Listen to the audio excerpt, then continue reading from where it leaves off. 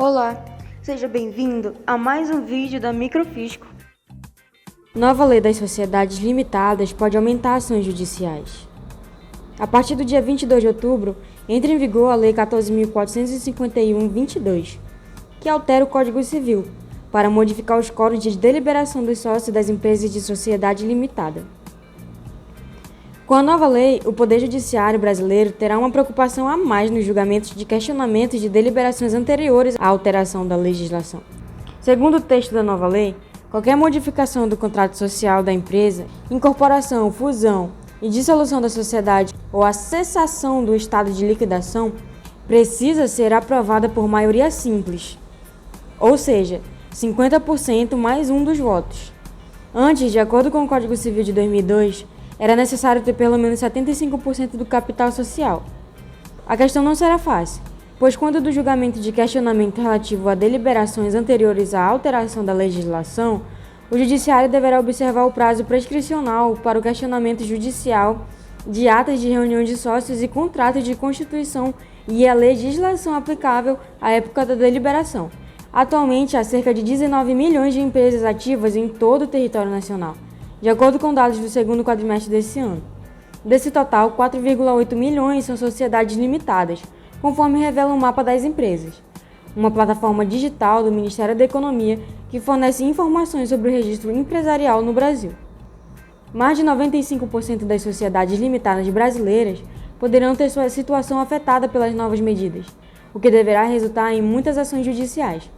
A alteração do quórum para modificações das sociedades limitadas poderá esbarrar nas alegações dos sócios, sobretudo os minoritários, contra a alteração no contrato social das empresas.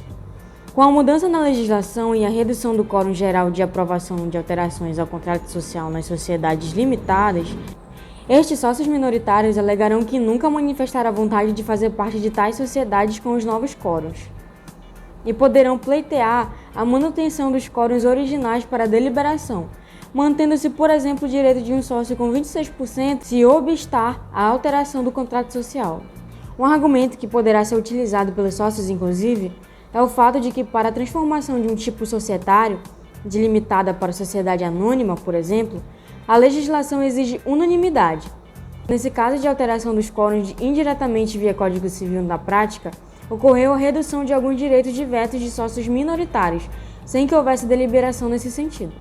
A mudança na lei das sociedades limitadas coloca o Poder Judiciário diante de dois cenários. Pode prevalecer uma vinculação genérica ao Código Civil, que ao ser alterado resulta em mudança automática dos quórum a ele ligados, ou a vontade dos sócios, manifestada na vigência de lei revogada, pode estar vinculada ao texto outrora vigente, e, portanto, tal disposição vincularia o contrato social à regra antiga, mesmo após a alteração legal, já que ele expressa o desejo dos sócios quando dá assinatura do contrato social. Outro caminho possível aos sócios insatisfeitos com a mudança será o exercício do direito de retirada, sendo que o Poder Judiciário poderá ser demandado para discussões relativas à valoração das cotas do sócio retirante. Para o Judiciário, a questão é relativamente simples, já que as regras de direito material se aplicam a qualquer evento nela previsto, a partir de sua promulgação sem retroagir. Portanto, tornam-se aplicáveis a partir de 22 de outubro. Dessa forma, as sociedades cujos contratos sociais não prevejam quóruns específicos estarão sujeitas ao quórum de deliberação legal, vigente no momento da deferida deliberação e/ou votação. As sociedades que se interessarem em adaptar seus contratos sociais à nova legislação deverão se reunir e votar pela reforma do documento, objetivando a redução dos quóruns previstos ou a sua remoção, com simples remessa à lei vigente. Essa votação, no entanto, poderá ser delicada porque esbarrará em interesses já postos na sociedade, relacionados ao percentual de participação de cada sócio, que estará obrigado a respeitar o quórum previsto. Assim, a nomeação de administrador não sócio, artigo 1061 do Código Civil, dependerá da aprovação de pelo menos 2/3 dos sócios, enquanto o capital não estiver integralizado, e dependerá da maioria simples após a integralização.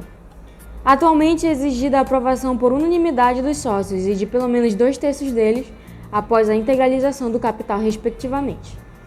Entendemos a mudança legislativa do quórum geral para sociedades limitadas como bem-vindas, na medida em que, ao privilegiar o princípio majoritário, outorga maior liberdade na acomodação de interesse dos sócios de sociedades limitadas, as quais, caso queiram, poderão adotar sem óbices o regime anterior, afirma Eduardo Ribas.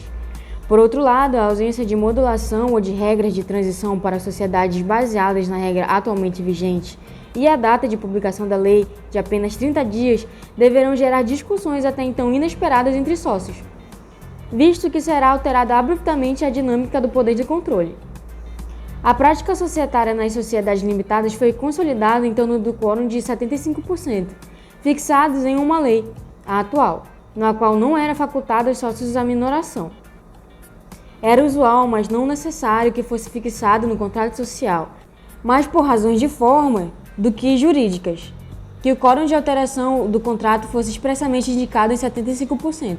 Não raro, todavia, apenas remetia-se, ou simplesmente não se apontava no contrato essa disposição, ao regramento legal, na segurança de que, uma vez positivada em lei, a relação estaria segura ao longo do tempo, aponta Eduardo Ribas. Segundo ele, era comum escolher o regime das sociedades limitadas para garantir ao sócio ou ao grupo minoritário, titular de 25% da participação social, poder de veto nas deliberações atinentes à alteração do contrato social. Com a mudança, além da diminuição do custo do controle, já que será controlador aquele que metade mais um da participação social, retirar-se-á dos minoritários um poder de veto antes constituído em torno da regra de quórum legal. Então é isso, se você entende que esse vídeo ajudou você, considere compartilhar com outra pessoa. A Microfisco, ela tem mais de 30 anos de atuação no Brasil afora. Vem para a Microfisco!